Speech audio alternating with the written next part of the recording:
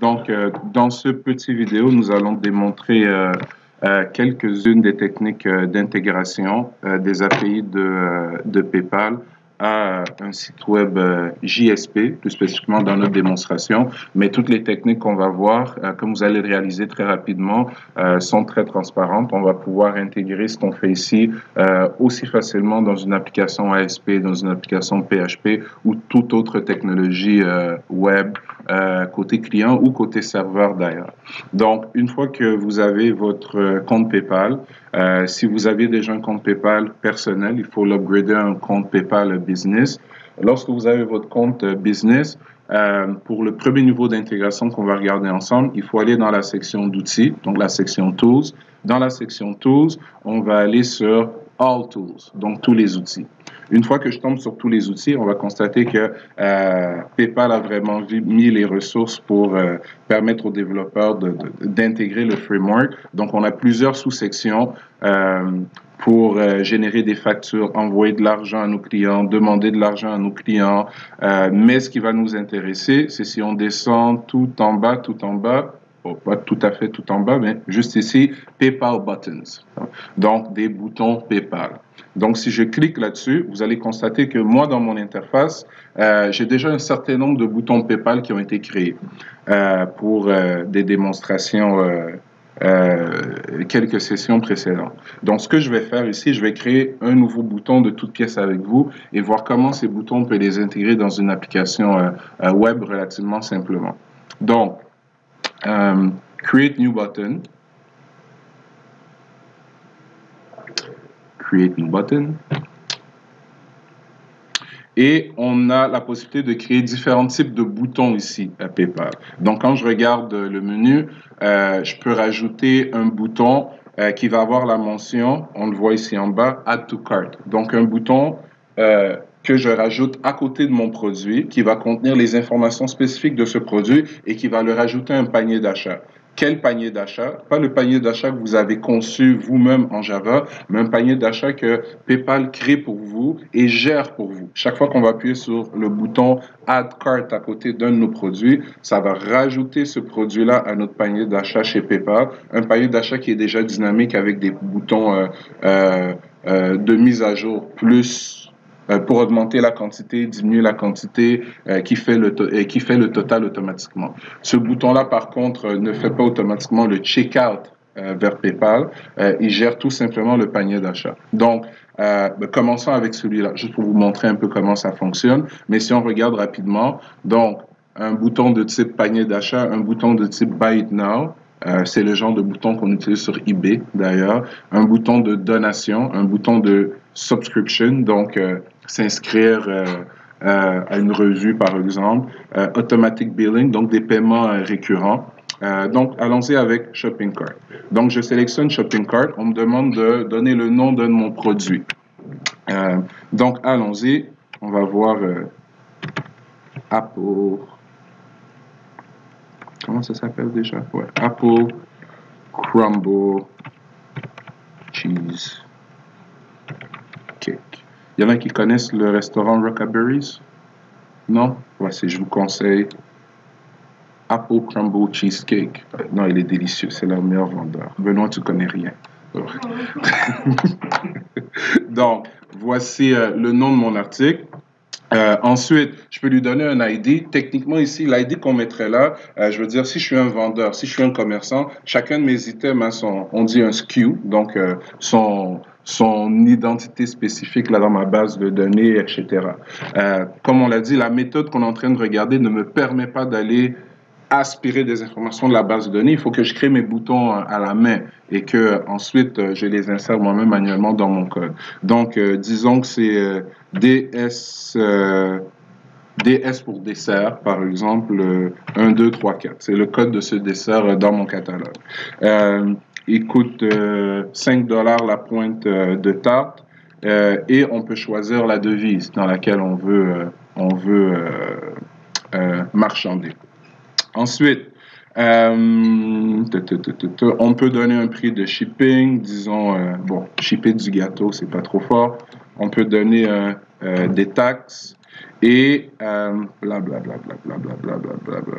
Customize Advanced Features. Donc, je vais aller dans Customize Advanced Features. Pourquoi? Parce que si je me promène un peu là-dedans, la personne, quand le paiement va réussir, vous ne voulez pas rester coincé sur le site de PayPal. Vous voulez que ça vous ramène sur une page en particulier, sur votre site à vous, pour que vous puissiez remercier la personne et mettre à jour peut-être votre inventaire. De la même façon, si la personne cancelle l'achat, vous voulez aussi être retourné sur une page en particulier de votre site web pour insulter la personne. Donc, j'ai deux liens ici. Donc, on a un cancel URL et on a un success URL. Donc, ce que je vais faire simplement pour mon exemple, donc allons-y, je vais mettre www. Tiens, le site de la Banque nationale. Parfait.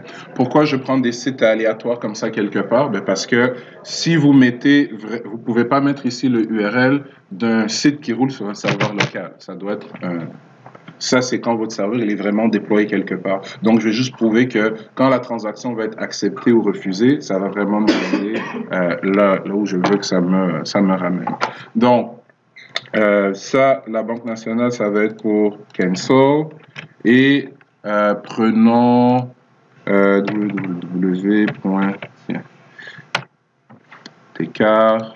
pour le success. Voilà. Et je vais faire créer le bouton. C'est bon? Donc, je vais créer le bouton et voici ce qui va se produire. PayPal génère un code HTML pour moi. Ça va? Ce code HTML est associé, si on descend plus bas, on a ici une image. Et cette image, c'est l'image qu'on voit juste ici à côté. Donc, si vous n'aimez pas cette image, vous pouvez la modifier, ça, il n'y a aucun problème. Donc, le code qui est là, le formulaire qui est là, on va le prendre et on va le mettre dans une page HTML dans quelques secondes ensemble. Ça nous permet de rajouter ce bouton dans notre application. Selon le format que j'ai dessiné au tableau tout à l'heure, où j'aurai les infos de mon produit. Et si jamais je veux le rajouter à mon panier d'achat qui est géré et stocké chez PayPal, j'appuie sur ce bouton, ça va le rajouter à mon panier d'achat. Mais je peux aussi envoyer ce bouton-là par email à un client.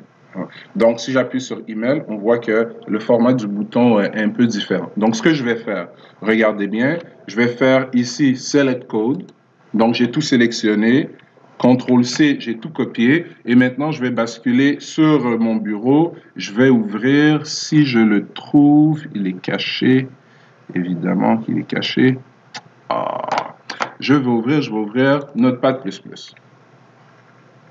Donc, dans Notepad++, je vais créer un nouveau fichier de type HTML et je vais le sauver sur mon bureau comme étant index.html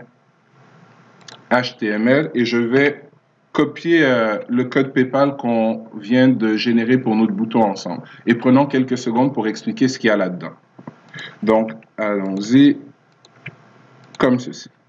Donc, c'est un formulaire qui va poster de l'information vers un script côté serveur sur les serveurs de PayPal. Poster pourquoi? Parce qu'il y a des informations spécifiques à notre produit, à son prix, il y a son token, son identificateur spécifique. On ne veut pas que ce soit juste rajouté par GET, là, que tout le monde le voit. Ensuite, quand on envoie de l'information au serveur de PayPal, on peut envoyer plusieurs types d'informations. On peut envoyer de l'information qui provient d'un panier d'achat, on peut envoyer de l'information unique, on peut envoyer des adresses email. Donc, il y a différents types de commandes que le script côté serveur de PayPal s'attend à recevoir. Donc, ce sont des attributs hidden parce qu'on ne veut pas les voir, mais on veut quand même qu'ils soient postés vers le serveur de PayPal. Donc, le premier, c'est la commande et S_xclick, ben, c'est un item qui va être rajouté du panier d'achat. Ces variables-là ou ces valeurs-là qu'on doit utiliser pour initialiser l'attribut value, elles sont prédéterminées dans la documentation chez PayPal. Ensuite, Je vois ici Name Hosted Button ID. C'est un bouton qui a été créé par les serveurs chez PayPal et on lui a attribué un token, un numéro unique à vous. Donc, quand PayPal va recevoir ce code, on sait que c'est l'item sur le site de la compagnie Interface Interactive. C'est mon nom de compagnie qui correspond au Apple Crumble Cheesecake avec tel prix, telle valeur de shipping, etc. Ça va? Et ensuite, on a l'image du fameux bouton. Donc, regardez bien. Si j'exécute la page HTML actuelle, je vais l'exécuter dans Chrome.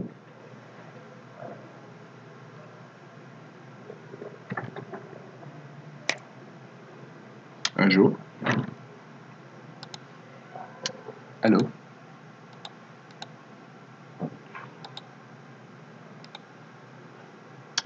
Oups. Est-ce que j'étais... OK. Fichier sauvé, c'est peut-être une bonne idée. Exécuter, exécuter. Voilà. Donc, j'ai mon bouton Add to Cart. Là, c'est un exemple simpliste. Ce bouton-là, on l'aurait mis où? En JSP, quand vous passez en paramètre votre objet catégorie et que votre objet catégorie contient les produits, que vous affichez P1, P2, P3, P4, qu'on clique sur P1 et qu'on voit la photo du produit 1, son prix, sa description, on aurait juste en bas le bouton Add to Cart. Ce bouton-là, on l'aurait généré comment? Le code qui se trouve ici, on aurait pu le mettre directement dans notre base de données quelque part. Ça va dans un champ associé au produit qui nous intéresse. Ça va, c'est un peu ça l'idée ici. Donc, mais il faut d'abord aller sur le site de PayPal pour créer chaque bouton individuellement et aller le placer quelque part dans une base de données. Donc, on engage quelqu'un au salaire minimum là, pour faire ça. Donc, si j'appuie sur le bouton Add to Cart, ça travaille, ça travaille, ça travaille. On est en train de me rediriger sur le site de PayPal. Et vous constatez que moi, ici, j'ai déjà apparemment plusieurs choses dans mon panier d'achat. Parce que je suis le même marchand en réalité et j'ai déjà d'autres boutons Add to Cart. Je me suis amusé à faire ça un peu hier. Donc, j'ai un panier d'achat qui est géré quelque part là, sur PayPal. Et mon Apple Crumble Cheesecake, il est juste là. Je peux rajouter, je peux diminuer et on voit qu'en temps réel, la facture ici est calculée. Ça va? Je peux enlever un produit, enlever un produit. Bref, je vous ai fait créer un panier d'achat dans les dernières semaines pour rien du tout. Parce que ça existe, c'est déjà implémenté. Mais si on veut quelque chose qui est custom, voilà pourquoi on a appris à le créer nous-mêmes. Donc, si vous avez un compte PayPal avec de l'argent dessus, vous cliquez sur PayPal Checkout, ça va vous loguer, ça va vous demander de vous loguer dans votre compte PayPal et à partir de là, vous allez pouvoir payer avec l'argent que vous avez sur votre compte PayPal.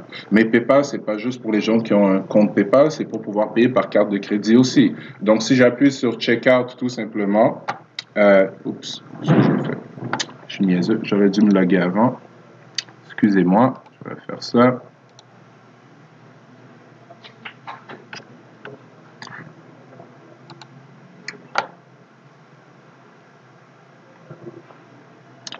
Let's go.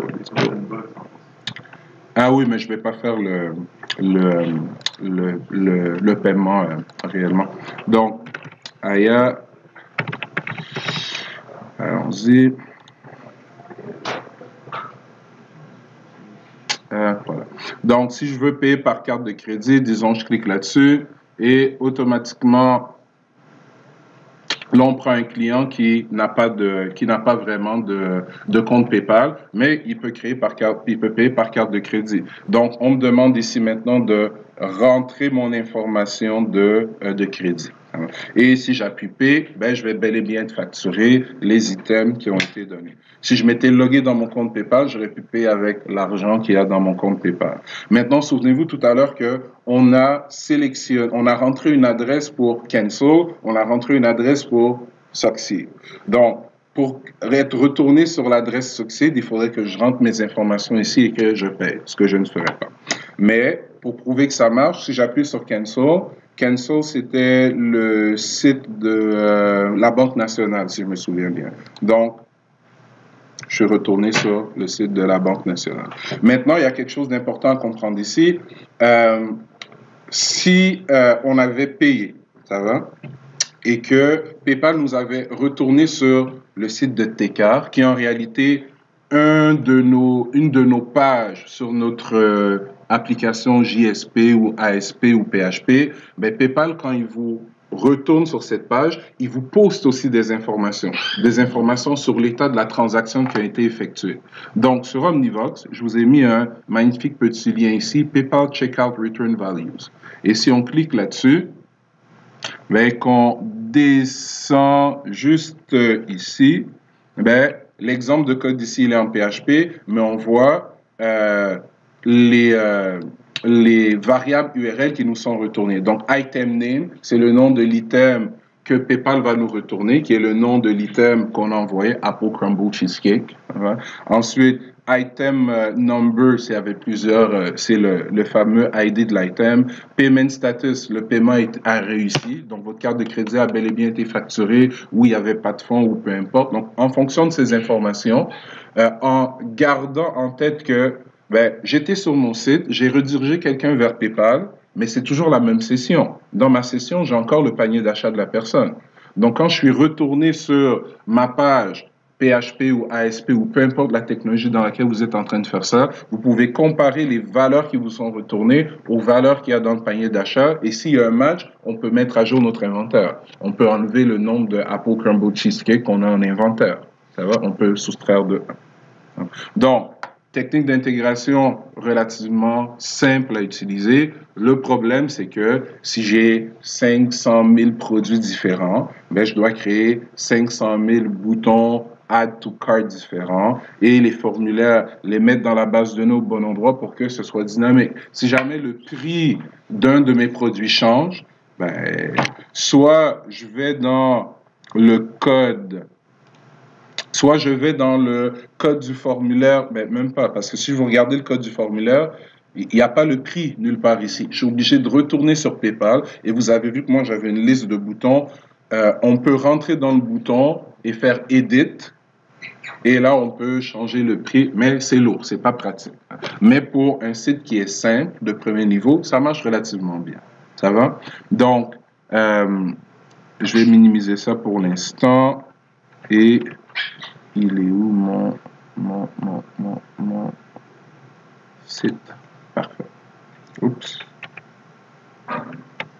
Voilà. Donc, voici où on se trouvait. Et je vais retourner sur mon panier d'achat une deuxième fois pour que vous voyez. Une nouvelle fois, excusez-moi.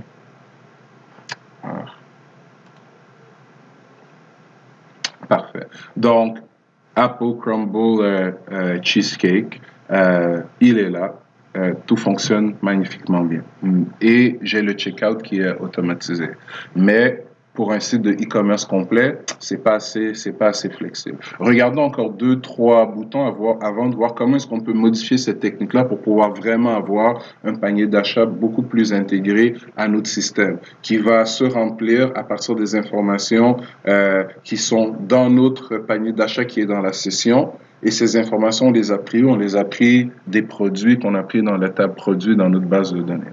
Donc, je vais fermer ceci. Je vais retourner sur PayPal et changeons de type de bouton.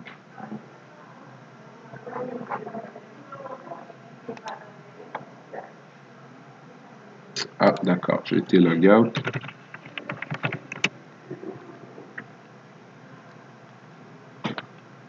OK. Donc, encore une fois, Create New Button.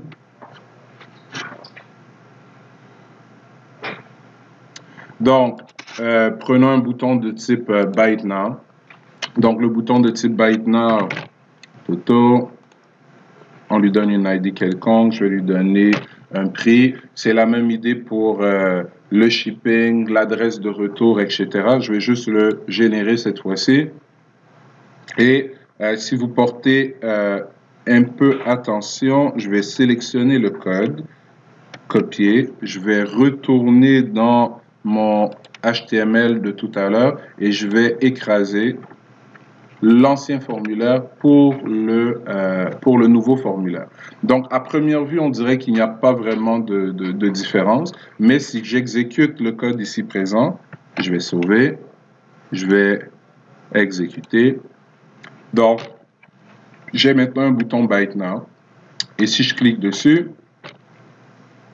on va voir qu'au lieu de rajouter l'item à un panier d'achat, you're logged into the account. OK, ouais, bon. Je suis un client et j'essaie d'acheter avec le compte du vendeur, ce qui est louche. Hein. Donc, je vais... voyons.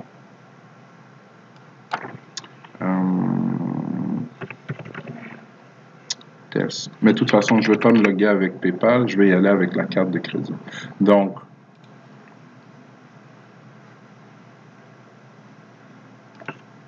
je vais aller trop vite. C'est ceci que je voulais vous montrer. Donc, on voit le prix de l'article ici que j'ai à payer. Si je veux aller, et je pourrais voir ces détails, si je clique, on verrait les détails de l'article, mais on voit que ça n'a pas été rajouté à un panier d'achat. Maintenant, c'est je veux l'acheter maintenant.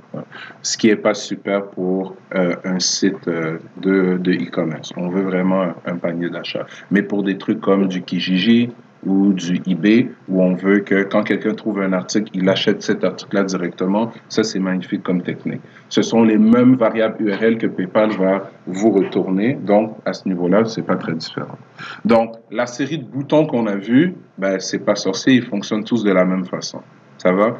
Vous faites un site pour un salon de massage et les gens doivent payer mensuellement pour avoir le droit à 10 massages, ben on va prendre un bouton de type subscription, par exemple, et on remplit les champs et le formulaire qui est généré, on le stocke quelque part dans la base de données et quand c'est le moment, on récupère le code dynamiquement, on le met au bon endroit, merci, c'est réglé. Mais nous, on veut plus que ça.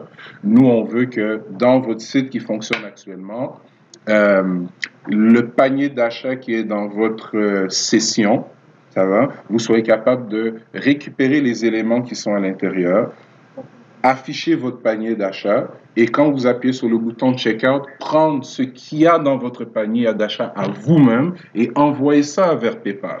Et quand on veut tester ça, ben, je veux tester que je suis vraiment capable de facturer, que PayPal me renvoie vraiment les bonnes informations, que je crée les bonnes factures. Donc, vous ne pouvez pas tester ça avec votre propre carte de crédit, même si vous faites juste des faux produits avec qui valent 0,5 sous.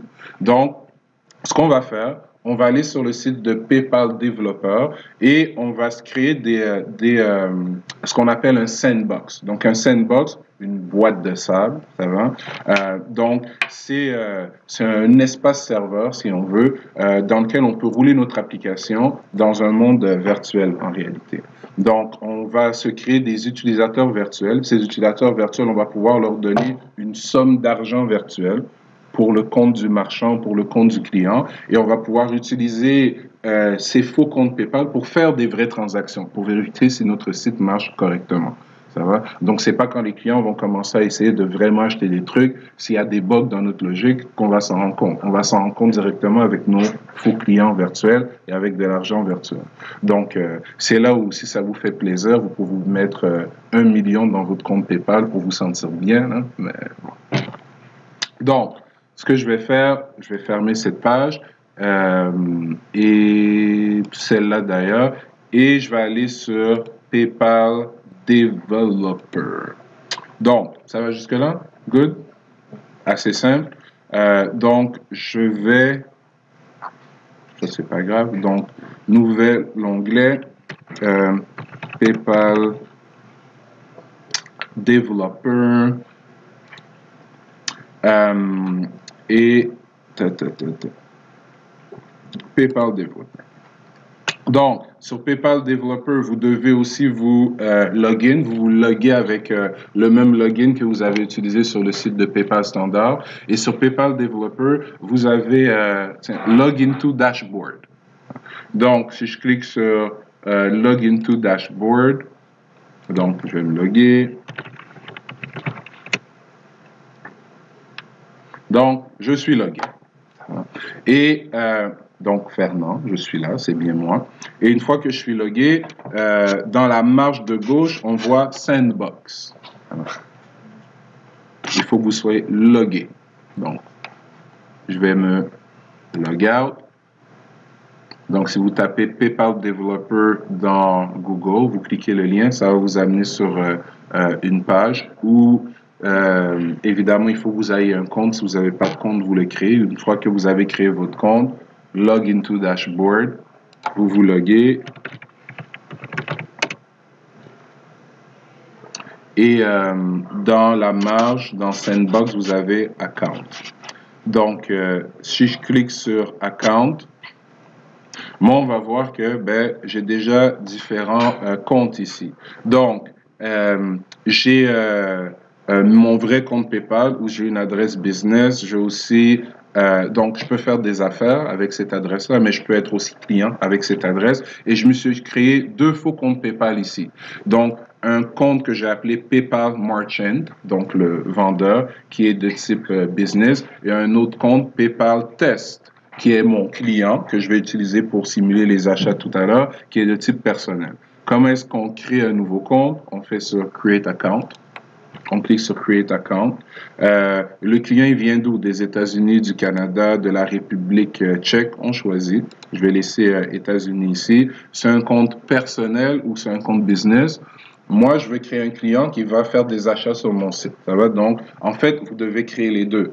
Un personnel pour le client qui va se loguer à votre site et essayer de faire des achats, et un business pour la compagnie qui va recevoir l'argent pour que vous puissiez aller vérifier que, hey, votre logique marche vraiment et que vous recevriez vraiment l'argent si vous aviez mis vos vraies informations. Donc, on donne une adresse fictive et un password fictif PayPal pour cette personne-là. Donc, toto@gmail.com et password 1, 2, 3, 4, 5, 6, 7, 8. Le nom Toto, le prénom Toto et le nom de famille Tata. Et vous donnez autant d'argent que vous voulez. Donc, soyons conservateurs quand même. 500 000 dans notre compte PayPal. Et quel type de carte de crédit vous voulez. Select Payment Card, donc Discover, Visa, Mastercard. Bref, on peut mettre ce qu'on veut. Disons Mastercard. Qu'est-ce qui manque? Ah, vous voyez comment je suis prévisible.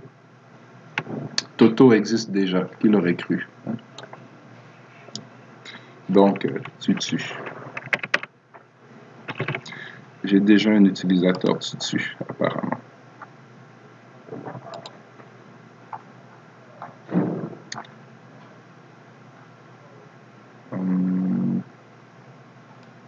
Parfait.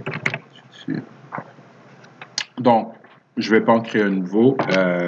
J'en ai déjà 2 que je vais utiliser, mais voici comment on créerait ce fameux utilisateur. Ça va? Donc, une fois qu'il est créé, on va vous demander de l'associer à votre compte PayPal. Dessus, hein. Voilà. Donc, je vais faire le processus complet. Donc, tutu_1 @gmail.com. J'ai donné un mot de passe. On va juste revérifier. 1, 2, 3, 4, 5, 6, 7, 8. 500 000 $. On a une carte Mastercard. Create account.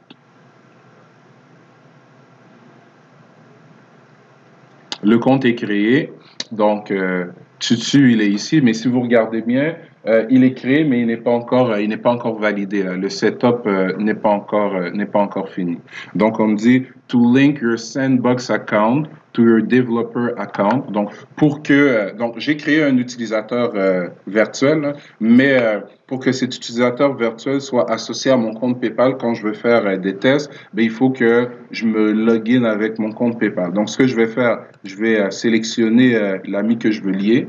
Juste ici, regardez, c'est important. Donc, je vais sélectionner celui que je veux lier et je vais venir cliquer ici, Login with PayPal account.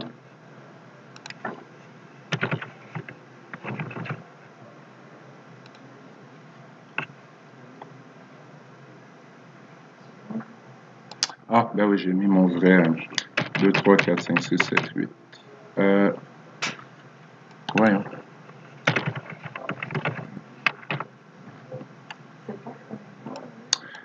C'était quoi? C'est dessus underscore 1 at gmail.com et c'était 1, 2, 3, 4, 5, 6, 7, 8. Voilà. Ça va? Donc, là, on vient de me dire que cet utilisateur-là, maintenant, je vais pouvoir l'utiliser dans mes tests pour faire des achats virtuels. Ça va? Donc, j'ai créé un client, mais ça me prend aussi un vendeur. Et le vendeur, on va le créer de la même façon. Maintenant que j'ai mon client et mon vendeur, là, vous avez une application sur laquelle vous travaillez déjà, où techniquement tout le monde est rendu à un certain stade, qui devrait être le même, où vous êtes capable d'afficher un panier d'achat, de mettre à jour le nombre d'items en l'augmentant, en diminuant. Là, ce qu'on veut, c'est être capable de rajouter un bouton de checkout qui va ramasser tout ce qu'il y a dans ce panier d'achat et qui va faire quoi avec? Qui va l'envoyer à PayPal. Donc, c'est le mode d'intégration final qu'on veut. Donc, avec votre utilisateur virtuel personnel et votre utilisateur virtuel business, on va être capable de faire ça. Moi, les utilisateurs virtuels et personnels que je vais utiliser, ils se trouvent où?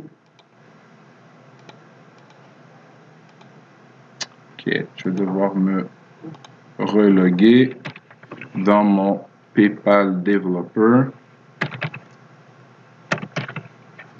pour vous les montrer.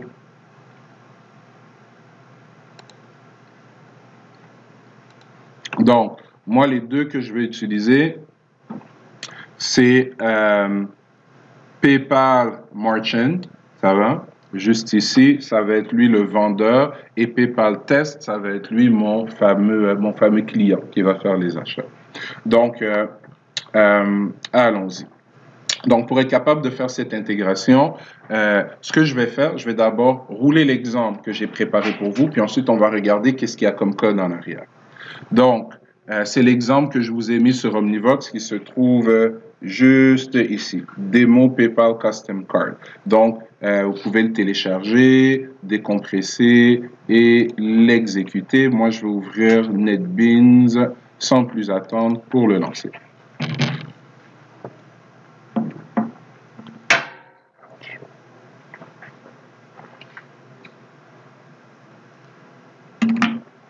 Donc, projet et application 1, parfait. Donc, je vais juste lancer l'application et ensuite, on va regarder le code en arrière.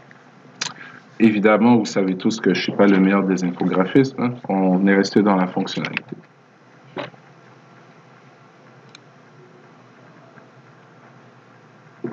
Parfait. Donc, j'ai un magnifique panier d'achat ici, au tableau, qui contient 2 items tout simplement. Superman à 24 $ et j'en ai 4, et Spider-Man à 16 $ et j'en ai 4. Je ne me suis pas fatigué à calculer le total. PayPal va s'occuper de ça pour nous. Ces fameuses figurines, elles ont chacun des prix de shipping, elles ont chacun des prix de handling.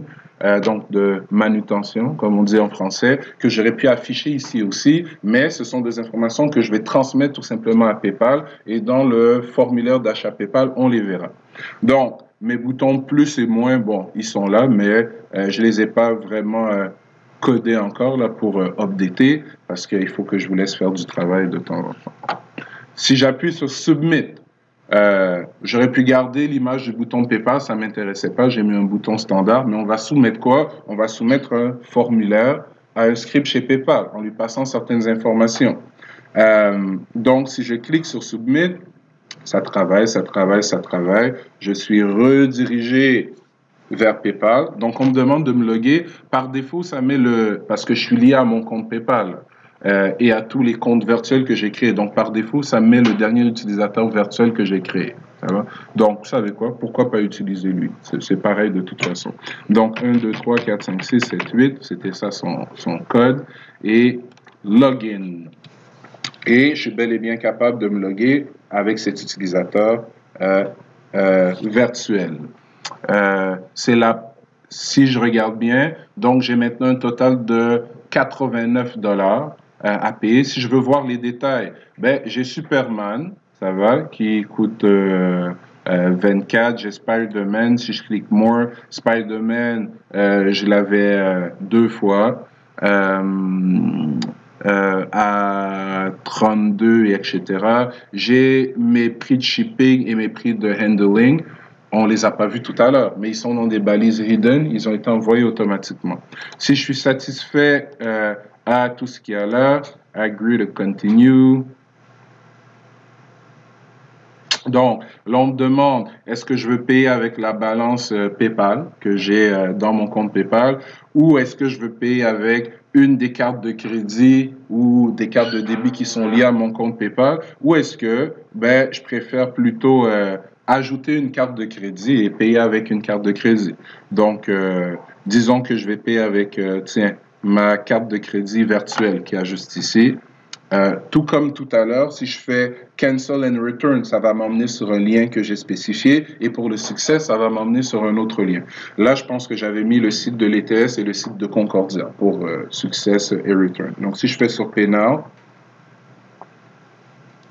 donc, on me donne le détail de ma facture et si je fais Return to Merchant, pour que ça retourne automatiquement, on a quelque chose à changer dans notre compte business, on le fera ensemble tout à l'heure. Si je fais Return to Merchant, ça me retourne vers l'adresse que j'ai spécifiée sur mon site, adresse à laquelle j'utilise les mêmes variables URL que je vous ai montré tout à l'heure pour récupérer les infos de PayPal et comparer avec ce qu'il y a dans mon panier présentement. Ça va? Donc, là, on a un degré d'intégration complet où on n'est plus obligé d'aller sur le site de PayPal et créer des boutons un par un. On peut aller chercher des produits dans notre base de données, les mettre dans le panier d'achat de la personne automatiquement et on a une méthode pour envoyer les infos de ce panier d'achat-là à PayPal. Donc, maintenant, regardons le code lui-même. Ça va? L'exemple que j'ai conçu pour vous, il est basé sur la documentation qui vient d'un blog associé aussi de développeurs de PayPal. Donc, si vous allez sur Omnivox, c'est le lien que je vous ai mis ici. Doc supplémentaire d'intégration PayPal, adding PayPal checkout to your third-party shopping cart. Donc, cet article-là, il explique les grandes lignes, comment ça marche. On nous donne les différents attributs des balises input type hidden qu'on peut utiliser pour envoyer de l'information à PayPal, mais il ne nous dit pas quoi faire côté serveur. C'est juste côté client que ce qu'on peut poster à PayPal.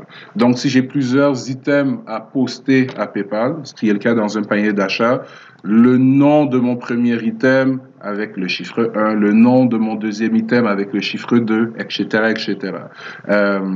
L'ID de l'item, le montant de l'item, le prix de shipping, on a toutes sortes d'attributs plus intéressants les uns que les autres.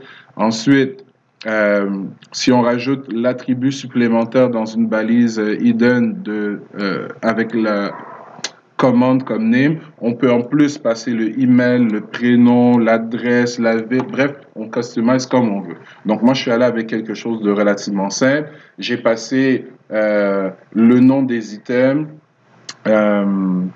le prix des items, la monnaie qui est utilisée, le shipping, le handling, c'est ça, et la quantité. C'est ça que j'ai passé moi comme information dans mon exemple. Donc, je vous encourage à lire, à regarder, mais normalement avec l'exemple qu'on a fait, l'essentiel de ce que vous avez besoin, avec l'exemple qu'on va regarder, l'essentiel des notions que vous avez besoin de connaître pour être capable de prendre cette démo-là et de l'adapter à du PHP ou du ASP. On a tout ce qu'on a besoin dans ce qu'on va regarder dans quelques secondes. Mais le lien, il est là sur Omnivox. Ça va?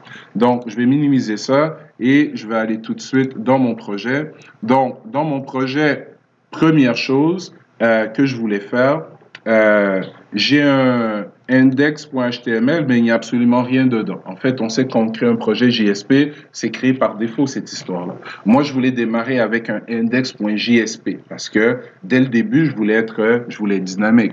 Dès le début, j'aurais voulu être capable d'aller, dans votre cas, chercher par exemple le URL des images de chacune de vos 4 catégories. Donc, première chose que je vais vous montrer aujourd'hui, ça n'a rien à voir avec PayPal, mais c'est comment démarrer votre projet avec un JSP au lieu de démarrer avec un fichier HTML.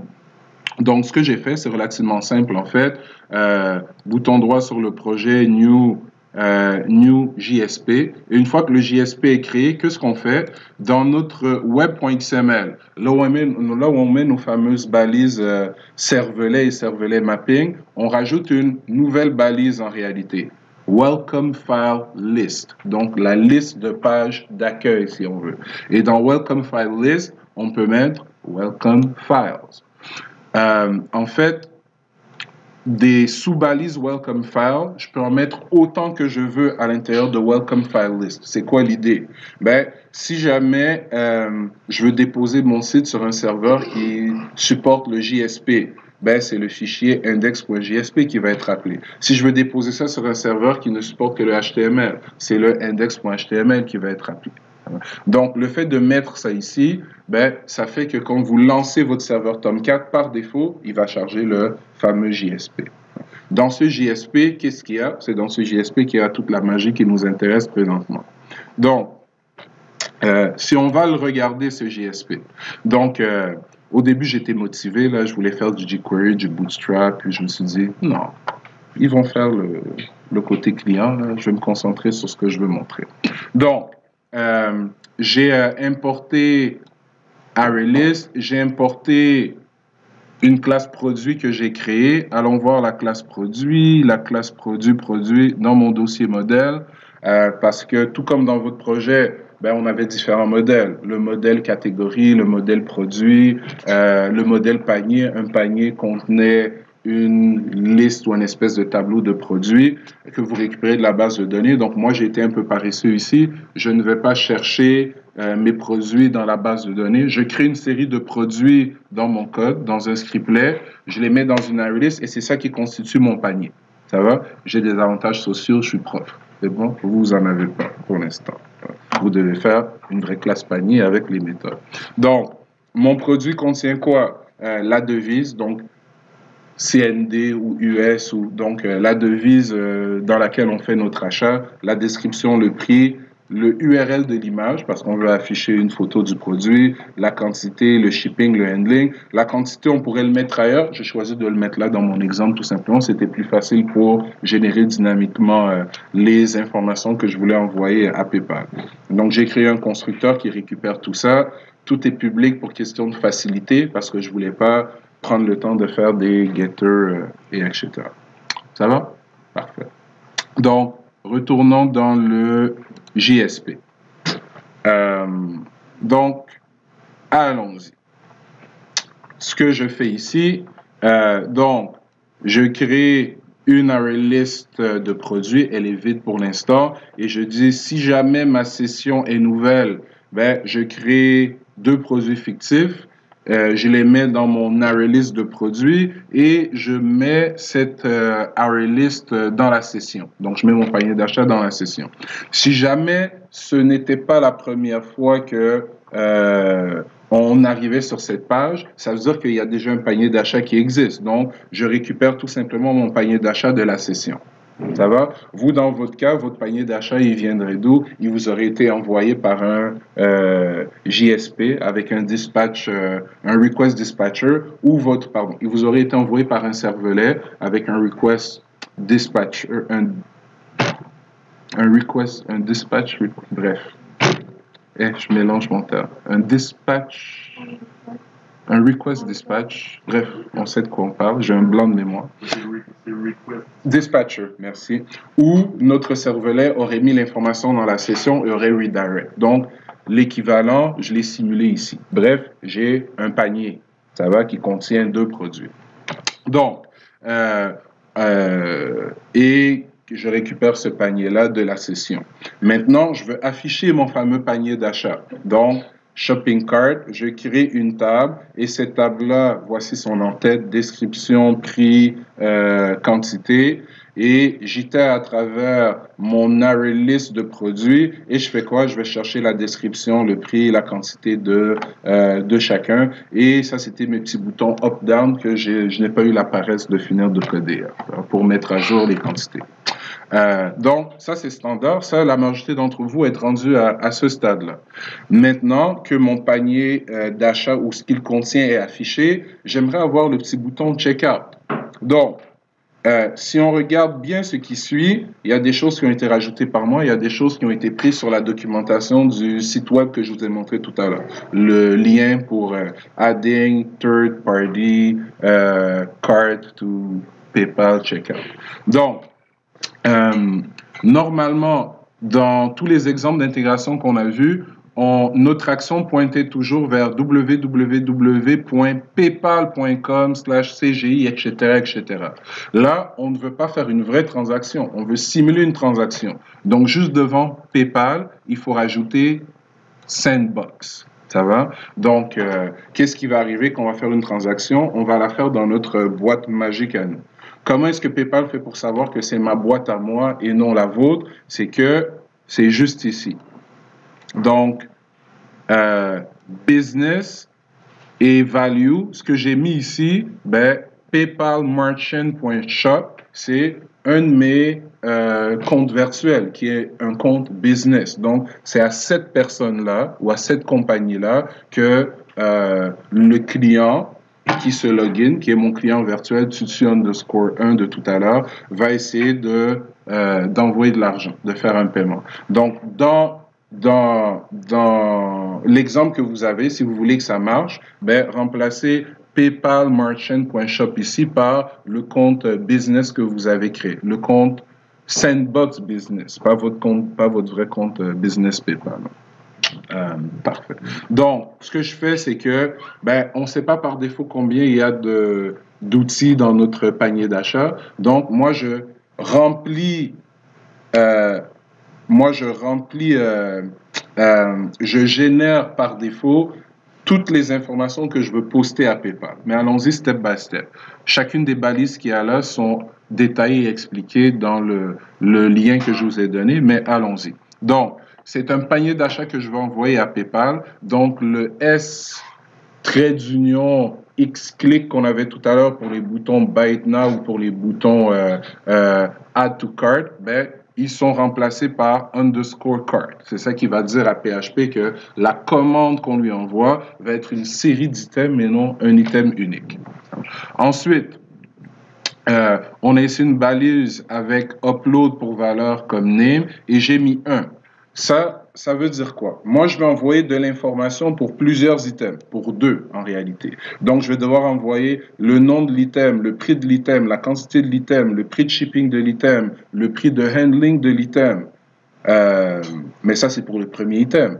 Pour le deuxième item, je vais encore avoir les 5 informations. Pour le troisième, le quatrième, le énième.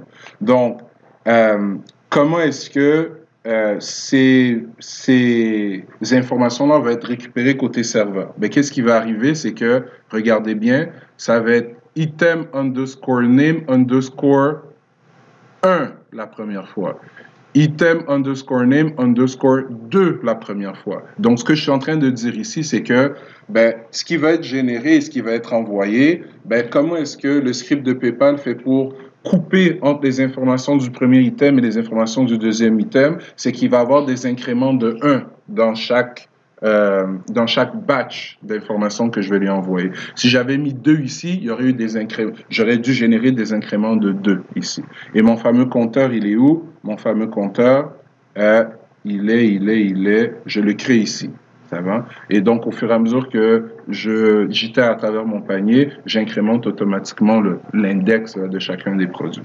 Donc, voilà à quoi servent les 3 premières balises ici.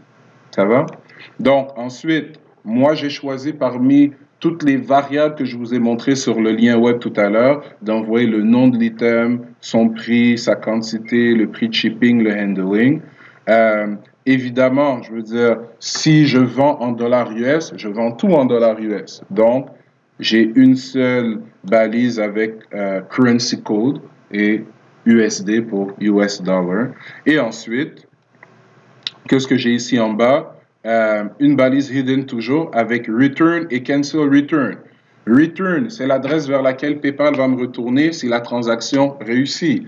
En me postant quoi? Ben, les variables URL que je vous ai montré aussi tout à l'heure sur le lien qu'il y a sur Omnivox. Et cancel return, c'est l'endroit où on va me retourner si jamais la transaction ne réussit pas. Qui devrait être normalement des pages sur notre site à nous, mais comme il est local, ça ne marcherait pas. Donc, j'ai mis des adresses externes. Et je prends pour acquis que on sait tous comment récupérer des variables URL, donc j'ai pas fait cette partie de la démo.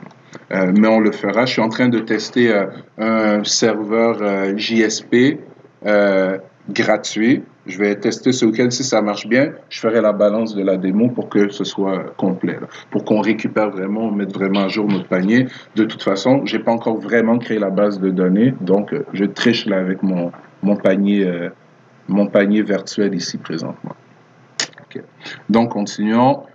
Ensuite, qu'est-ce qui reste? Moi, l'image de PayPal, elle m'énervait, donc je l'ai enlevé, j'ai mis un input type submit tout simplement. Donc, quand je vais cliquer là-dessus, qu'est-ce qui va se passer? Quand je clique là-dessus, qu'est-ce qui se passe? Il se passe ce qu'on a vu tout à l'heure. On est redirigé vers PayPal.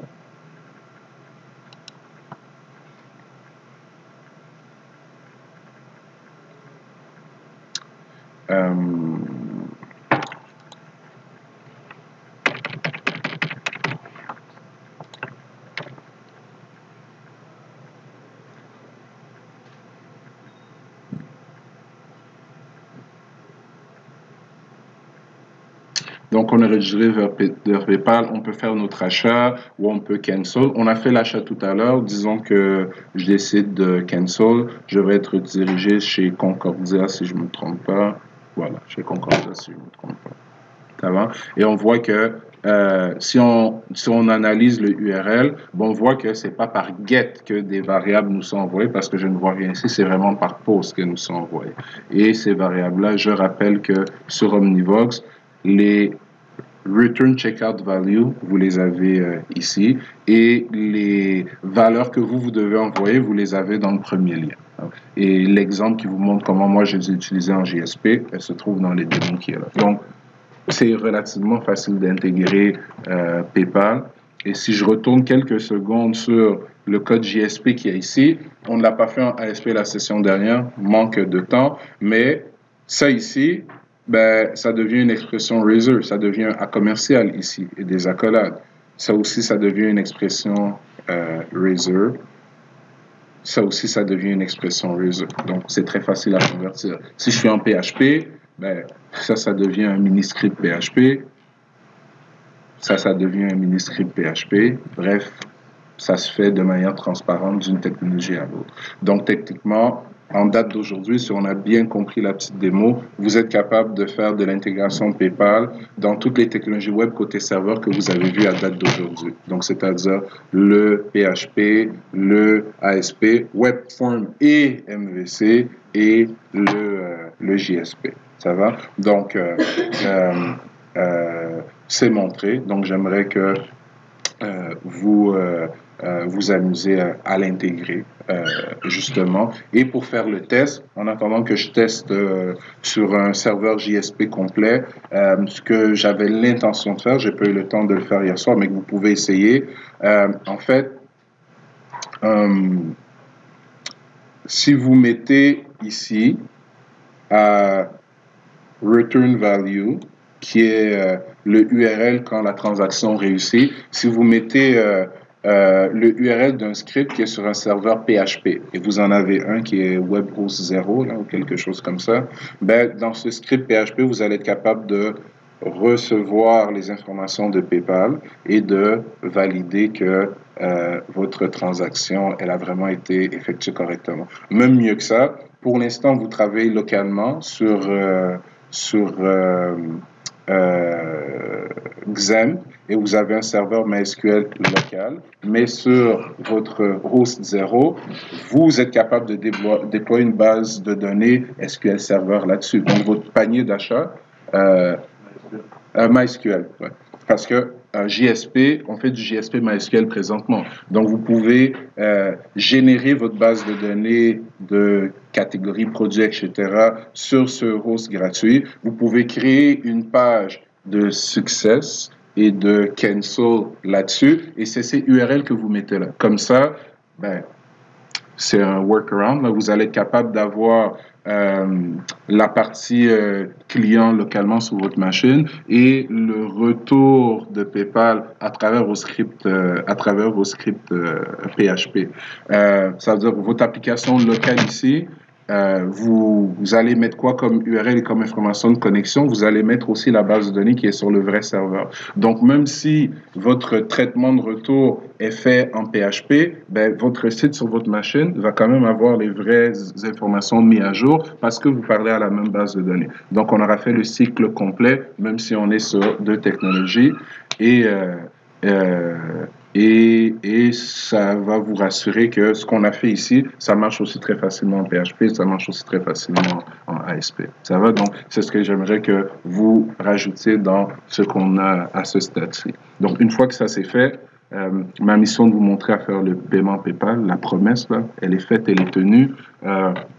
On continuera à avancer en JSP où on a commencé à parler de ce qu'on appelle les actions. La semaine dernière, on a parlé des set property, get property, use bean. Il y a aussi les EL, expression language, qui est une autre syntaxe qu'on doit voir. On doit apprendre à créer nos propres tags. Il y a encore beaucoup de choses à voir en JSP servlet. Quoique je vous rappelle qu'en réalité, c'est pas ça le but du cours. Le but du cours, c'est la maintenance. Mais cette technologie est magnifique pour un cours de maintenance et de test de logiciels parce que elle est tellement complexe en réalité. Il y a tellement de syntaxes différentes pour faire la même chose que quand on parle des techniques de maintenance et de test de logiciels, ben, il y a tellement de façons différentes de coder que ça nous permet de bien tester les processus de test et de maintenance. Alors que quand on prend quelque chose de simple comme le PHP ou limite le ASP, ben, comme il y a moins de manières de faire, ben c'est pas que c'est pas à propos pour faire du test et de la maintenance, mais c'est plus simple. Donc, on a encore quelques sujets théo à attaquer et ensuite on va tomber dans le bloc plus maintenance de notre session. Ça va? Donc, c'est ce que je voulais vous montrer ce matin. Sur ce, je vais stopper cette vidéo. Ça va me prendre quelques temps pour l'éditer, mais il sera en ligne. Mais normalement, avec l'exemple qui est là et les deux liens que je vous ai mis sur Omnivox, ça devrait vous permettre de commencer votre intégration en attendant d'avoir le vidéo sur le canal YouTube. Ça va? Donc, c'est ma participation pour cette matinée.